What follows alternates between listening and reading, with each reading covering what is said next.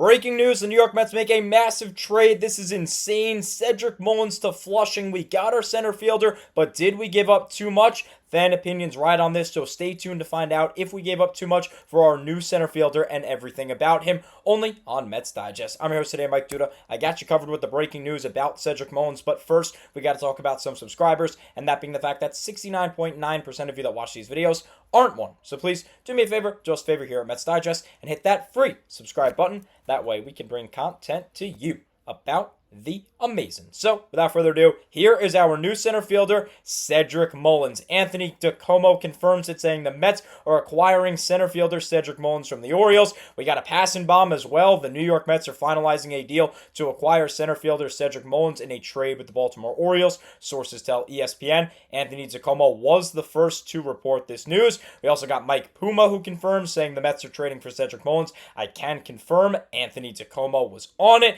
And we actually have a return package. It was pretty early. I was surprised that we got a return package this early. Usually you have to wait. There's some players to be named later, but no, every single player is named right here. Ramy Gomez, Anthony Nunez, and Chandler Marsh are the New York Met prospects that are going to be given up to Baltimore in exchange for Cedric Mullins. So before we get into all of these prospects that the Mets are giving up, let's go ahead and talk about Cedric Mullins. Now, I've gone on here and I've said I don't want him. I have said that. I will take full accountability for it. But as we'll see in just a little bit, he is most certainly better than Luis Robert, and he's been on a solid stretch of late.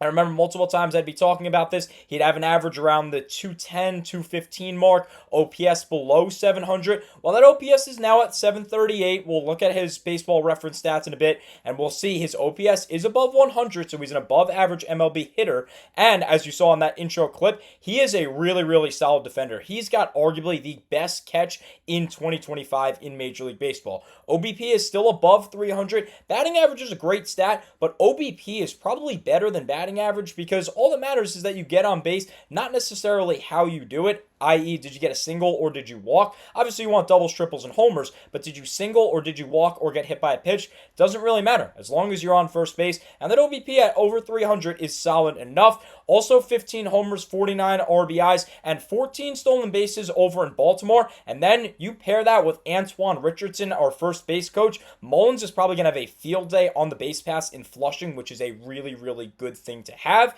Here are his career stats, and as you can see, that OPS plus is above 100, is above league average at 105, and he's not having the worst of seasons. Statistically, he's having a pretty average season when it comes to his career from 2020 on. Of course, he had a really, really good 2021 All-Star, top 10 in the MVP, and won the Silver Slugger Award for center field.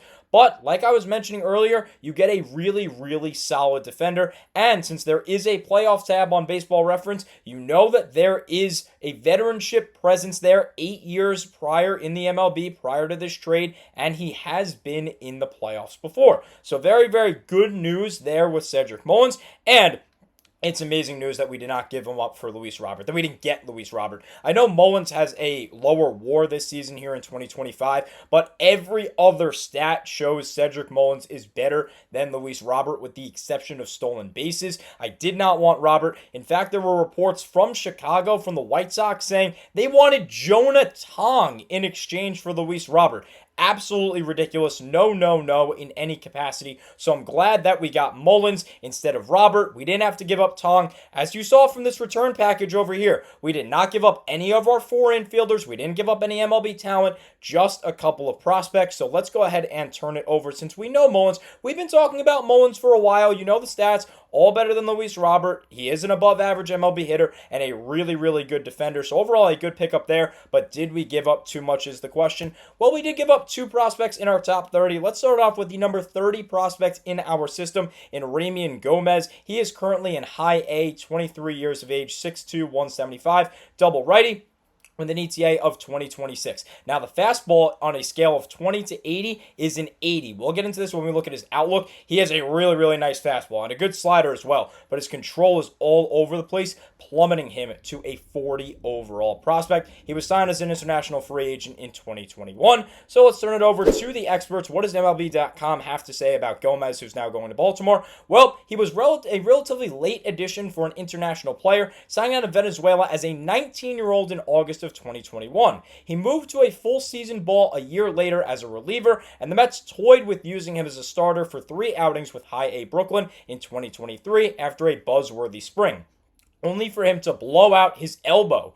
Gomez missed the rest of the season due to Tommy John surgery and didn't pitch for an affiliate in 2024 as he continued his rehab process. He's back in a bullpen setting for good in his return to Coney Island. So, although he throws really, really hard, he has had some injury problems in the past. Now, granted, Jacob deGrom, guys like Noah Syndergaard, even Steven Matz, they all had Tommy John surgery in the past and panned out pretty well. I think Zach Wheeler did as well. So, past names that have had Tommy John surgery and still panned out great for the Mets, even Matt Harvey for 2 years, if you go back about 10 years. These guys have had Tommy John surgery before and panned out well for the Mets. So it's not like the injuries in the past for Gomez is going to make him a bad player, but it definitely is something to note. And Baltimore ended up going through with it. They took the risk probably because of that velocity. Simply put, there are few arms on the planet that can match Gomez's pure velocity. If any, his 104.5 mile an hour fastball for single A Port St. Lucie on April 26th stands as the fastest pitch tracked by StatCast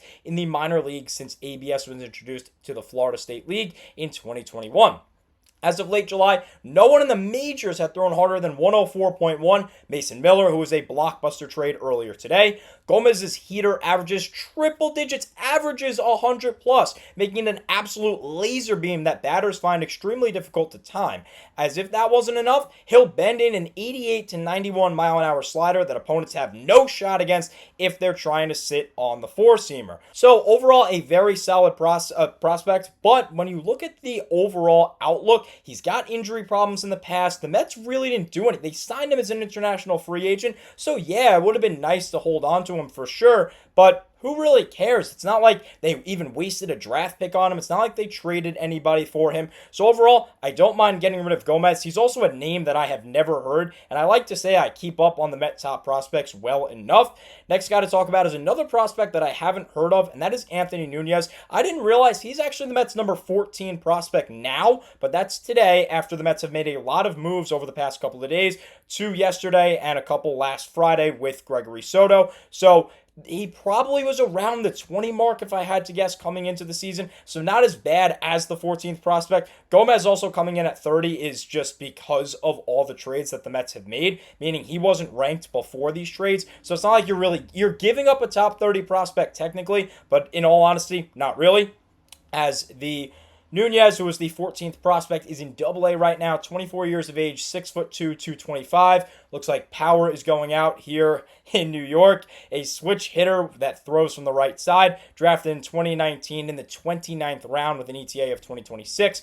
Fastball 45, slider 60, so he's got a good slider. Good changeup as well, also at 60. Cutter over there at 55, control 45, and an overall 40 prospect. So with that, let's turn it over to MLB.com. Let's see what they have to say. Then again, that's only true if he's locating the pitch well, which is far from a guarantee on a given night. Gomez has a long energy building delivery that speeds up as he works toward the plate and can throw off his direction. Some nights he can blow past hitters effectively, relying on pure stuff.